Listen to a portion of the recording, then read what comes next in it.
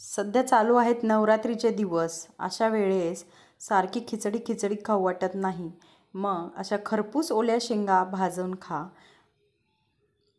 नमस्कार.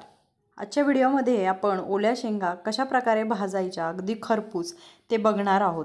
त्यासाठी बघा, एक मीडियम आकाराच्या कढईमध्ये मी ओल्या शेंगा व्यवस्थित धुवून घेतल्यात.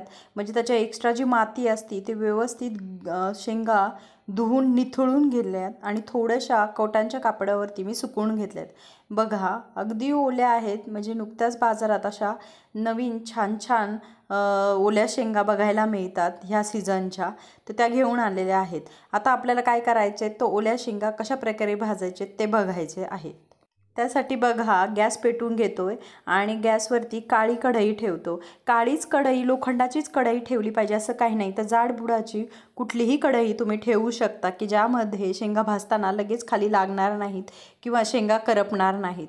कढई चांगली तापली की आपण आपलं जे ओल्या शेंगा आहेत ज्या आपण व्यवस्थित पाण्याने धुवून निथळून घेतल्यात की त्याची जी एक्स्ट्रा माती होती ती काढून टाकलीत. आता ती भाजायला सुरुवात करायची.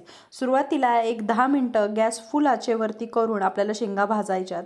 काय होतं, ओल्या शेंगा असल्यामुळे आतपर्यंत त्याचं झाड लागली पाहिजे, म्हणजे व्यवस्थित ती शेंगा भाजल्या पाहिजेत. ॲक्च्युली काय होतं, तर ह्या मी विकत शेंगा आणलेल्या नाहीत, आमच्या घरच्याच शेंगा आहेत. आणि आता शेंगा तोडणी चालू असल्यामुळे गावावरून मला शेंगा आल्यात आणि त्या मी तुम्हाला भाजून दाखवते. बघा, गॅस मोठाच आहेत आणि मोठ्याच गॅसवरती खालीवरती करून चमच्याने ह्या मी शेंगा भाजते. आता शेंगांना असे डाग पडायला लागलेले आहेत, काळपट शेंगा. ओल्या शेंगा जरी डाग पडले असल्या तरी लगेच करपत नाही मैत्रिणींनो. त्यामुळे मोठ्या आचेवरती मस्तपैकी ह्या शेंगा भाजून घ्यायच्यात.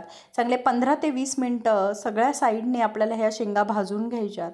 जरी वरती पूर्ण काळसर शेंग दिसली असली तरी आत ती करपत नाही. त्याच्यामुळे व्यवस्थित ही भाजून घ्यायची आहे.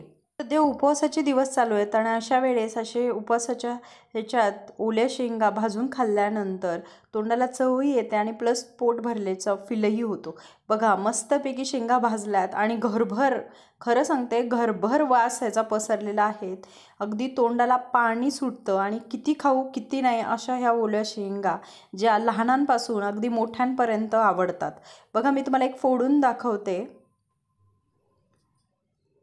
करेक्ट, अगदी व्यवस्थित शेंग भाजली गेलेली आहे. मैत्रिणींनो, व्हिडिओ आवडला असेल तर लाईक, शेअर, सबस्क्राईब करा. धन्यवाद.